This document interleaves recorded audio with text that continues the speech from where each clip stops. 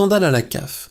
2 semaines avant que la victoire soit attribuée au Maroc, l'homme chargé de garantir l'indépendance du jury d'appel a été brutalement licencié, sans faute reprochée et sans explication claire, au prétexte d'une réorganisation. Cet homme était en poste depuis plus de 5 ans et jouissait d'une réputation de professionnalisme. Plutôt que de le remplacer, l'administration a laissé le siège vacant. Résultat, le contrôle direct de la procédure est revenu à l'administration elle-même, alors même que le jury d'appel est censé être autonome. Autre élément troublant, un proche du secrétaire général, nommé de façon contestée, figure parmi les acteurs impliqués.